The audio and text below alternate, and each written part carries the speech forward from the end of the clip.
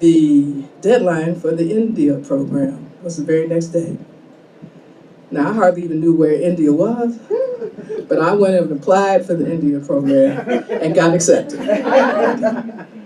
And 6 months later, I was in India, halfway across the world, just as miserable as I was in Minnesota. Now, there was a life lesson here. Wherever you go, you take yourself with you. But that trip to India was absolutely life-changing. That trip to India, where I got the chance to spend almost 6 months. In preparation, we had to pick a project and do preliminary research on it and then be prepared to continue that research once we got to India. So I had chosen the topic of the untouchables. Now in India, at that time, there was a caste system in Hinduism. There were 5 castes, the highest being Brahmin. I don't remember the other ones, except that the untouchables were below the lowest caste.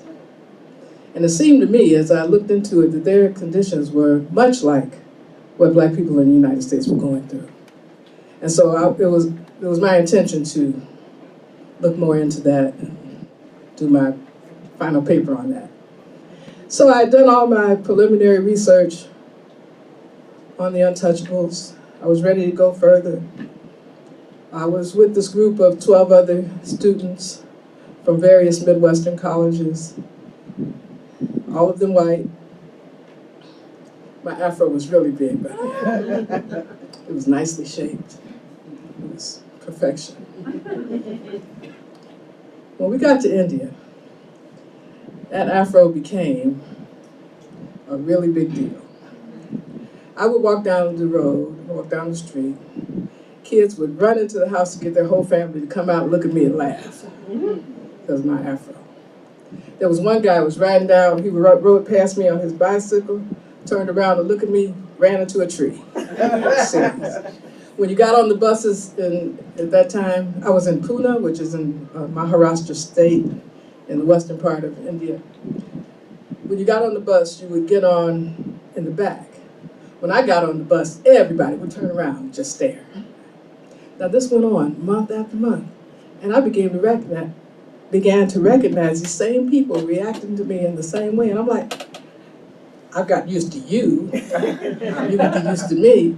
But I guess it was just weird for them because complexion-wise, I could have fit right in if I had that long braid going down my back. But no, I hit my afro. And and the people in my group, they said they enjoyed walking behind me on the street so they could see how people were reacting to me. Wasn't that just rude? It was rude. It was hurtful. And I got really tired of that. But then there was a breakthrough. Suddenly, people were looking at me and saying, Sai Baba, Sai Baba. Sai Baba was coming to town. He was a prophet. He had an afro. And so there was something that they could relate to. But despite all of that,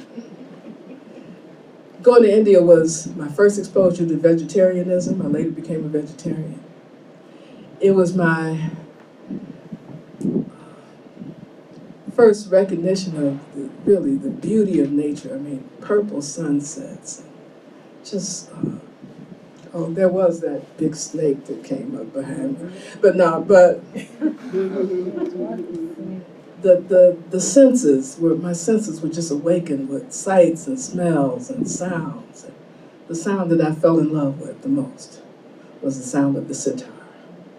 I was 1 week into my stay in India when I heard the sitar, and I just fell in love. So I got an instrument, I found a teacher, I fought with the director of the program to change my project from political science to music, and I immersed myself in the music of India for the rest of my time there.